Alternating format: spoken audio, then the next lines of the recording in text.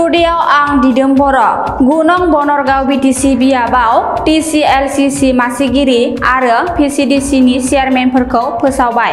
मुस्रि दन्त ब्रह्मआ टिसिएलसिसिनि चेयारमेननि बिबान मोनबाय आरो पिसिडिसिनि बिबान मोननाय मुंफोरा जाबाय मागुरमारि पिसिडिसि नाजमिरा परभि जरदार, दाउलाबारि पिसिडिसि मिसगिता पानिका, बनरगाव पिसिडिसि धुनु बसुमतारि, अन्थाइबिल पिसिडिसि परमबति ब्रह्म, बंसिगाव पिसिडिसि मुस्रिमा सुमित्रा ब्रह्म, आफ्लागाव पिसिडिसि जयमल नार्जारि, पाटगाव पिसिडिसि जया मुसाहारि, सिजौगुरि पिसिडिसि देरहासात ब्रह्म, सुखानजरा पिसिडिसि रिना नार्जारि, जारबारि पिसिडिसि निउजिन बसुमतारि, दाउलिगुरि पिसिडिसि सोमदोन ब्रह्म, मालिगाव पिसिडिसि दानेराम बसुमतारि।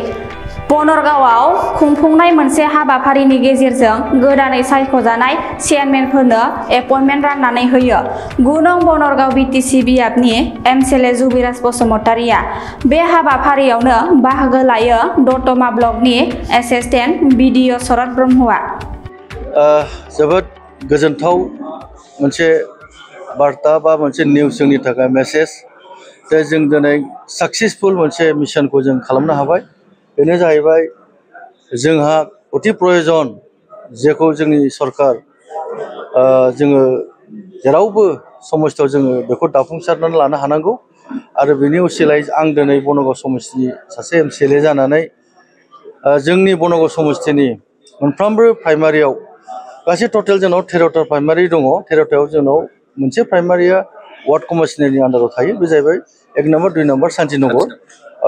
बे प्राइमारिया चेयारमेन मिउनिसिपालिटि बर्डनि आन्दाराव थायो। गतिके जोङो बिसिडिसि चेयारमेनखौ 12टा प्राइमारि जों रानना होनो हायो। दा बेवहाय जोङो दिनै साक्सेसफुल जाबाय। आङो 12टा प्राइमारिनो दिनै बिसिडिसि चेयारमेन प्रमुखके टिसिएलसि चेयारमेनखौबो आं दिनै एपइन्टमेन्टखौ रानना होनो हाबाय।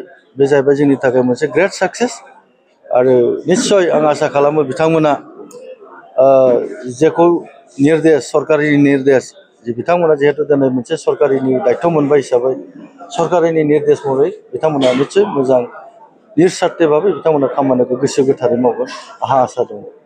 आरो बेजों लोगोसे जोंहा मोनसे जोंनि मानगोनां हाग्रामा सारआ मोनसे इस्तिहाराव होदोंमोन, इलेक्सन समाव फोसावदिङाव होदोंमोन जे 12टा प्राइमारि दङब्ला राननांगौ 50% महिलानो रिजार्भ दोननांगौ, 50% पुरुषनो रिजार्भ दोननांगौ। बे हिसाबै आङो दिनै 12टा प्राइमारियाव 6 जन महिलाफोर बिसिडिसि चेयारमेन एपइन्टमेन्ट होबाय आरो 6 जन पुरुषफोर आङो बिसिडिसि चेयारमेन होबाय। द्याट मिन्स 50-50 जेरै हाग्रामा सारआ निर्देश होदों आं बे मथै आं दिनै खामानिखौ मावनानै जाफुंसार होबाय।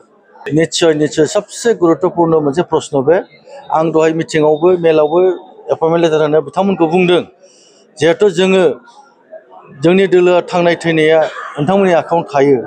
गतिके नोंथांमोना रायजो राजानि जानानै जोंनि दोलोनि बिपिएफ दोलोनि जानानै नोंथांमोना बे रायजो राजानि खामानिखौ गोसो गोथारै मावो, निस्थार भाबै बिथांमोना साक्सेसफुल खालामना होयो जाहाथे जोंनि दोलोआ बिपिएफ दोलोआ रायजो राजाजों आरोबाव बांसिन गोबाङै मोजां मोनजायो, बयजोंबो बाख्नाय जायो।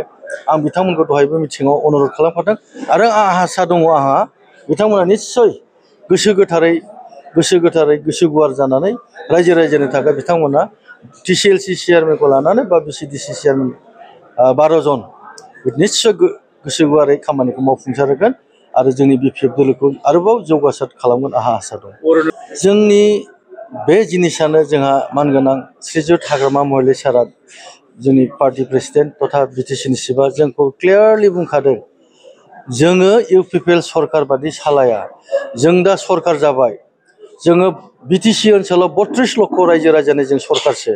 गतिके बाहाय सरकारिनि जे सरकारि आसनि फैगोन लाइक सेल्फ हेल्प ग्रुप बा PMI बा मोनसे मा होनो IBS बेफोरखौ जाय प्राप्तिया मोननांगौ दं प्राइमारियाव बे व्यक्तिनो जोङो बाहाय खुनु दोलो नायालासिनो खुनु पार्टी लेभेलाव लाङालासिनो सरकारि आसनिखौ मोननांगौ उपजुक्तिनो बाय सोरबा गामियाव इउपिपिएलबो थानो हागौ, सोरबा बिजेपिबो थानो हागौ, खिन्थु जोंना गासिबो सुबुंफ्रा मोननांगौ व्यक्तिफ्रा जोंनि हाग्रामा सारआ जोंखौ निर्देश होखादों गति प्राइमारियाव गासिबो जाय इउपिपिएल बाबो बा बिजेपि बाबो मोननांगौ व्यक्तिनो जा मोनहोनांगौ जा दायित्व दङ गतिके आङो बिसिडिसि चेयारमेनमोनखौ खावलायो टिसिएलसि चेयारमेनखौ खावलायो बिथांमोना जोंनि हाग्रामा सार जेरै निर्देश होदों बे निर्देशखौ आसिलायो बेखौ सिन्था धारना खालामनानै निस्सय जोंनि बिसिडिसि चेयारमेन दिनै गोदान मोननायफ्रा बे खामानिखौ मावगोन आरो लोगोआव लोब्बा लानानै प्राइमारिखौ लानानै बिथांमोना खामानिखौ मावगोन